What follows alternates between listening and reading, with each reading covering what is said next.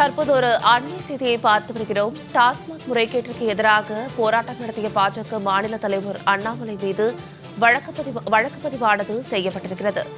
டாஸ்மாக் முறைகேட்டிற்கு எதிராக போராடிய பாஜக மாநில தலைவர் அண்ணாமலை மீது வழக்கு பதிவானது செய்யப்பட்டிருக்கிறது.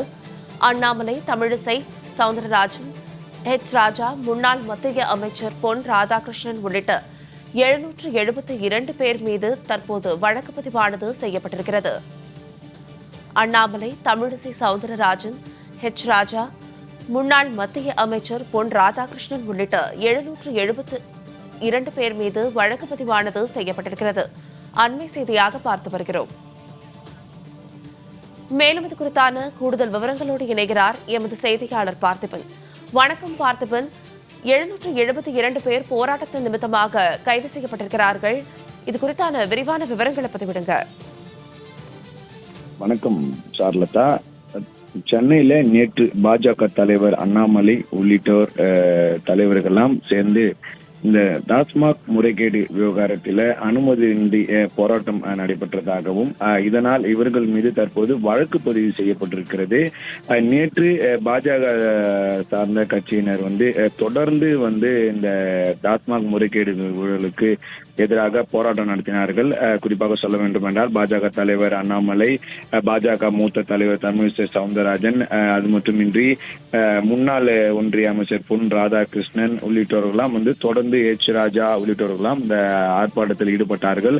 இவர்கள் அனுமதியின்றி இந்த போராட்டத்தில் ஈடுபட்டதாலும் போலீசார் தற்போது இவர்கள் மீது வழக்கு பதிவு செய்திருக்கிறார்கள். முதற்கட்டமாக பாஜக தலைவர் அண்ணாமலை உள்ளிட்ட 106 பேர் மீது இந்த வழக்கு பதிவானது செய்யப்பட்டிருக்கிறது. மேலும் பாஜக தலைவர் மூத்த தலைவரான இருக்கக்கூடிய தமிழிசை சவுந்தரராஜன் மீதும் அவர் மீதும் வழக்கு பதிவு செய்யப்பட்டிருக்கிறது.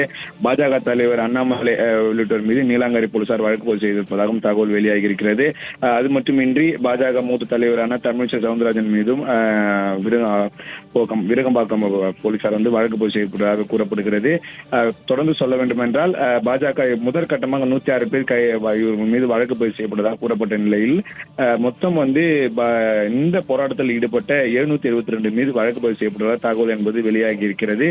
இந்த சம்பவம் தொடர்ந்து ஒரு பரபரப்பை நேற்றிலிருந்து ஏற்படுத்தியிருக்கிறது. தொடர்ந்து மது ஒழிப்புக்கு போராட்டம் ஆகவும் அது மட்டுமின்றி இந்த டாஸ்மாக் ஊழலில் தொடர்ந்து திமுகவினர் ஈடுபட்டிருப்பதாகவும் பல்வேறு கோரிக்கைகளை கையில் பதாகைகளை வைத்து பாஜகவினர் நேற்று போராட்டத்தில் ஈடுபட்டது தமிழகத்தை உற்றுப்பாக்க வைத்த சம்பவமாக நேற்று நடைபெற்றது.